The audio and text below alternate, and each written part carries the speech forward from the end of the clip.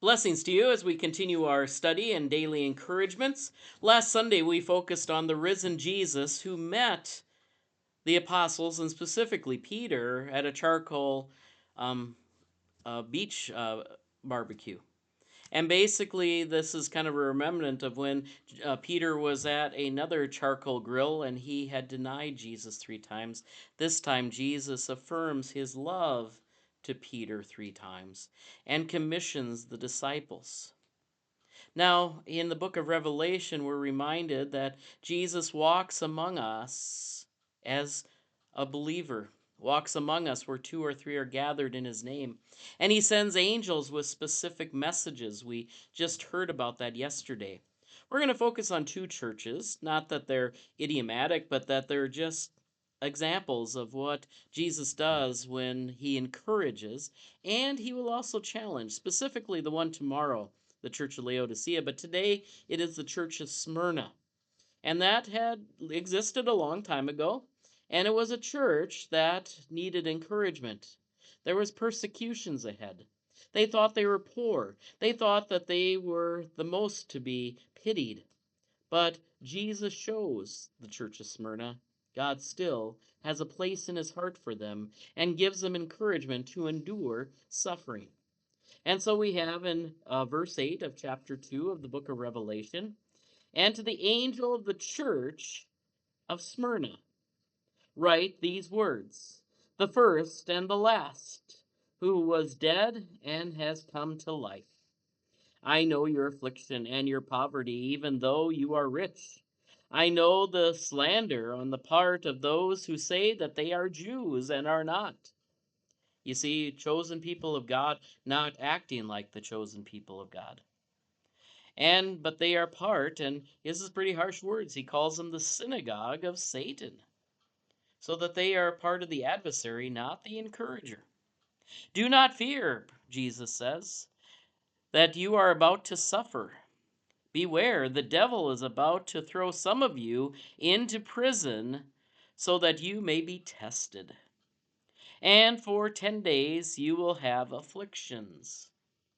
Now, when we see the number 10, we don't know if that is a number of completion or an actual 10 days.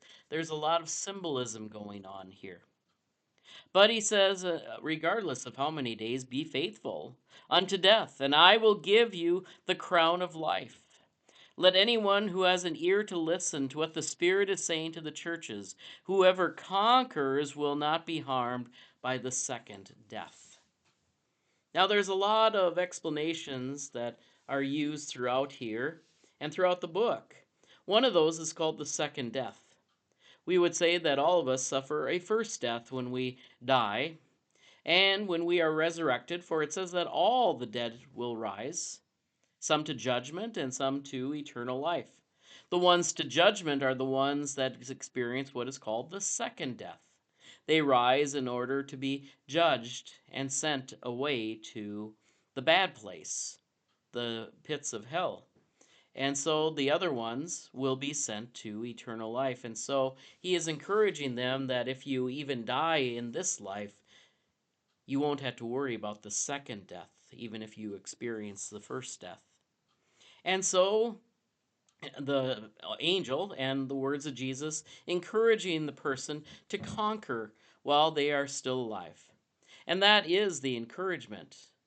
You who will be faithful, who will go through suffering, will be more than conquerors. You will be people that will survive persecution.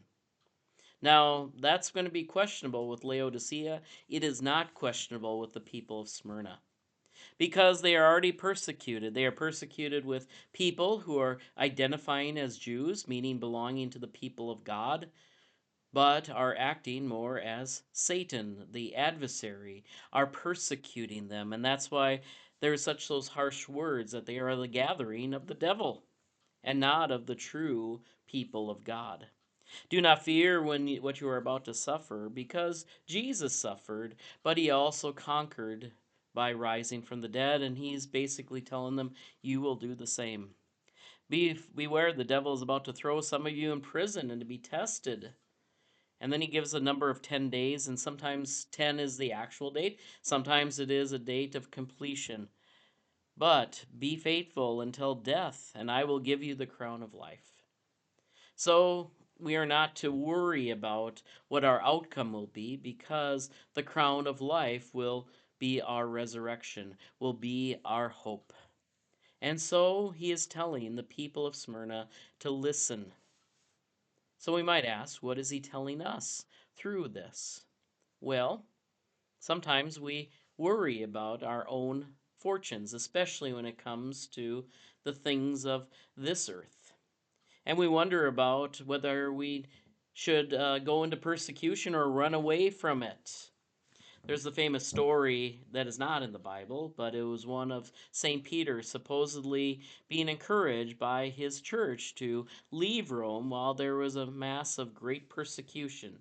He was valuable. And while he was on his way out of Rome, he saw Jesus walking toward Rome. And Jesus simply asked these words, Que vadis? Where are you going? Are you running away from what you are about to suffer? Or are you running away from your mission? The latter was what Jesus was getting Peter to question. You see, Peter and the church were rightly, if it was for this life alone, to be protective of the things that they own and especially their life.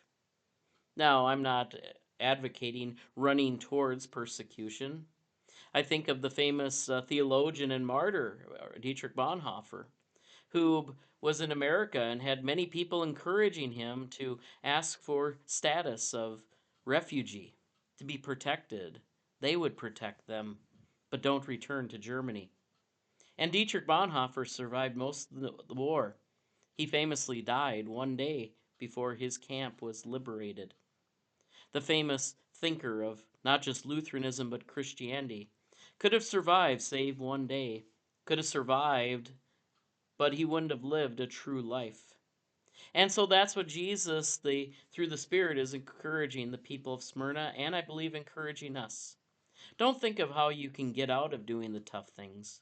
Learn how to embrace them and expect God to come in with strength and, yes, if ultimately it means your life, resurrection. So, my friends, be encouraged this day as we read the book of Revelation, as we hear the teaching of the risen Jesus, who came to many people, but more importantly to John, the Revelator, today. Take care. God bless. We'll see you tomorrow as we hear about the church of Laodicea. God bless. See you tomorrow.